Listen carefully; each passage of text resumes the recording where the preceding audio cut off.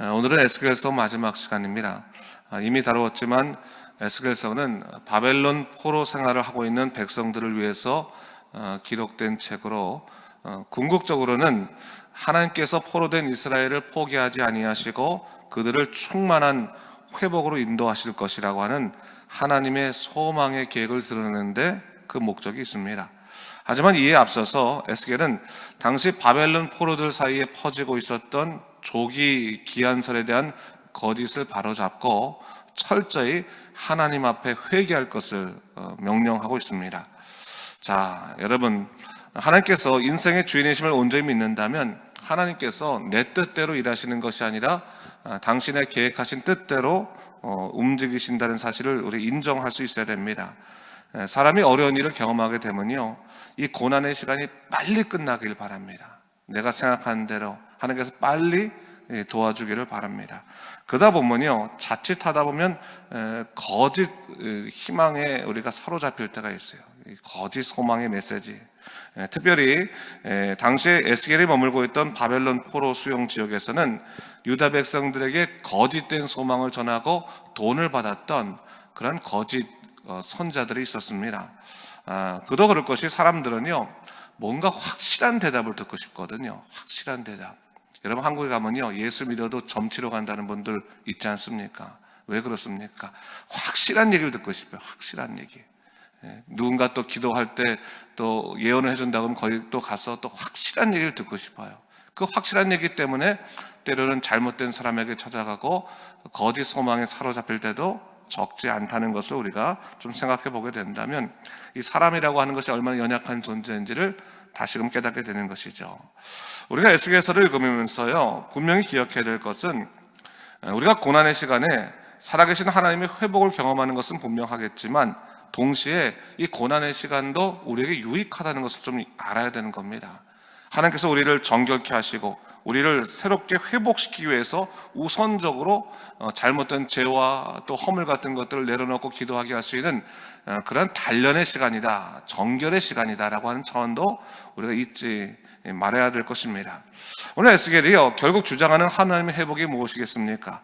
유다가 그 죄를 철저히 회개한 후에 하나님께서 계획하신 그때 그들을 새롭게 하시고 당신의 임재의 영광을 드러내실 것이다 라고 하는 것을 다시 한번 깨닫게 하는 것입니다. 여러분, 우리가 살아가면서요 삶의 고난이 있을 수 있습니다.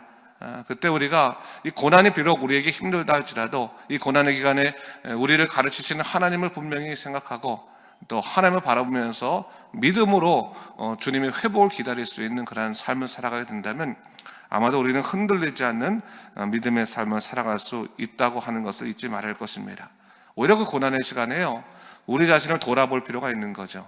내가 혹시 하나님 뜻에 합당하지 않는 삶의 모습이 있는지를 한번 돌아보고 또 하나둘씩 이 기간은 좀 새롭게 고쳐가는 시간이다, 회복되는 것이 또한 청소하는 시간과 같은 거 아니겠습니까?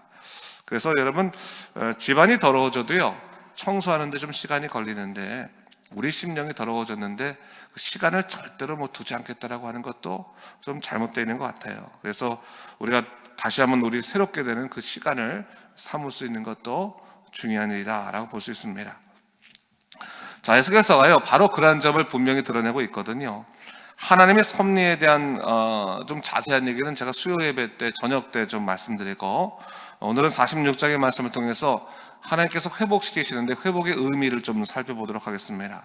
자, 오늘 본문의 말씀은요 하나님께서 궁극적으로 일으키시는 이스라엘 회복의 역사 중에 있을 예언을 이야기하고 있습니다. 이 예언은 순차적으로 이루어지는 것을 볼 수 있죠. 여러분, 그동안 우리 에스겔서 읽었지만 에스겔서 37장이 가장 그 절정 아니겠습니까? 마른 뼈 환상의 이야기를 통해서 하나님께서 마른 뼈처럼 버려져 있는 이스라엘 백성들을 다시금 생기를 통해서 그들을 살려주시는데, 그들을 뭘 삼으십니까?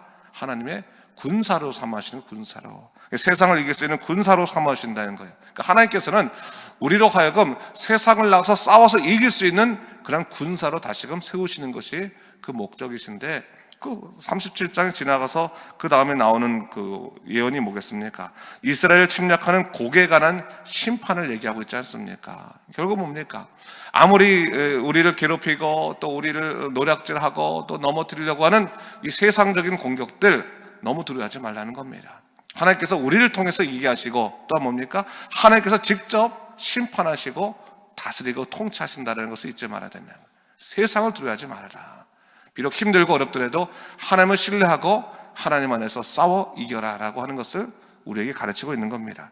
그리고 40장부터 나오는 것이 메시아 왕국의 영광을 드러나는 새 성전에 관한 얘기를 하는 겁니다. 그러니까 하나님의 성전이 다시금 세워지고 나면 그 새 성전에서 어떤 일이 일어날 것인가를 얘기하면서 오늘 본문도 지금 이어지고 있는 겁니다. 그러니까 결국은 뭡니까?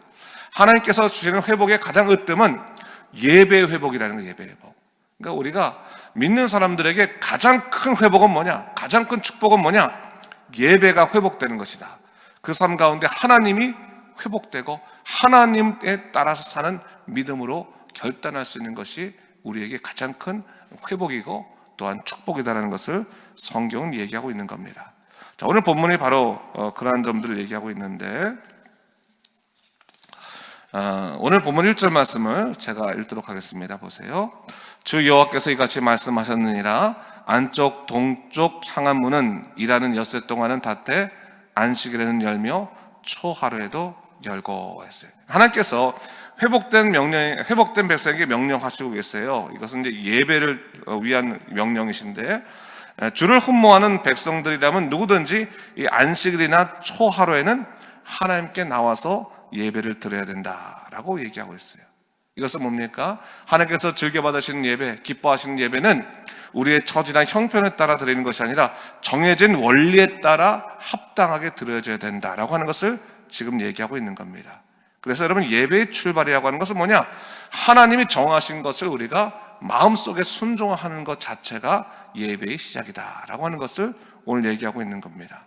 자, 그러면서 4절과 5절에 이렇게 얘기하고 있습니다. 또 보세요.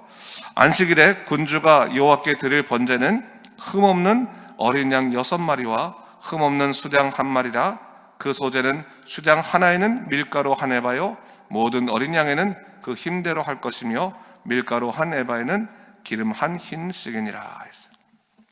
이런 말이 이제 복잡한 얘기처럼 들리지만 여기 의미를 좀 우리가 좀 받아야 되는데, 여호와께 드릴 번제가 뭐냐? 흠없는 어린 양이다 라고 하는 것을 보세요. 흠없는 어린 양. 여러분, 양들 중에서 가장 비싼 양이 어떤 양이겠어요? 흠없는 어린 양이 가장 비싼 양이겠습니까? 그렇지 않죠. 성장해가지고 토실토실 이게 이제 살이 찐 그런 양이 더 비싼 양 아니겠습니까? 이스라엘 백성들에게 봤을 때 최고의 값어치라고 본다면 흠없는 어린 양이 최고의 값어치가 아니에요. 더 값어치 있는 양들은 따로 있어요. 근데 하나님께서 항상 제물을 드릴 때 흠없는 어린 양을 드리라고 하는 것은 우리들에게 어떤 것을 명령하냐면 최고가의 제물을 드리라고 말하는 것이 아니라 최선의 예물을 드리라고 지금 얘기하고 있는 겁니다. 그러니까 우리가 인생을 살아가는 그 자세가 뭡니까? 하나님의 최선의 삶을 살아가는 것으로서 우리가 하나님을 섬겨야 된다는 것을 말하는 거예요. 그렇다면 하나님께 최선의 삶이라는 게 뭐겠습니까? 최선이라는 것은 구별되어 있는 것이 최선이에요. 내 것들을 다 모아놓고 어느 게 좋을까? 이건 여기 이렇게 나눠가지고 하나님 것 나누는 게 아니라 애초서부터 이것은 하나님의 것이라고 따로 분리되어 있는 것, 그것이 최선이에요. 최선.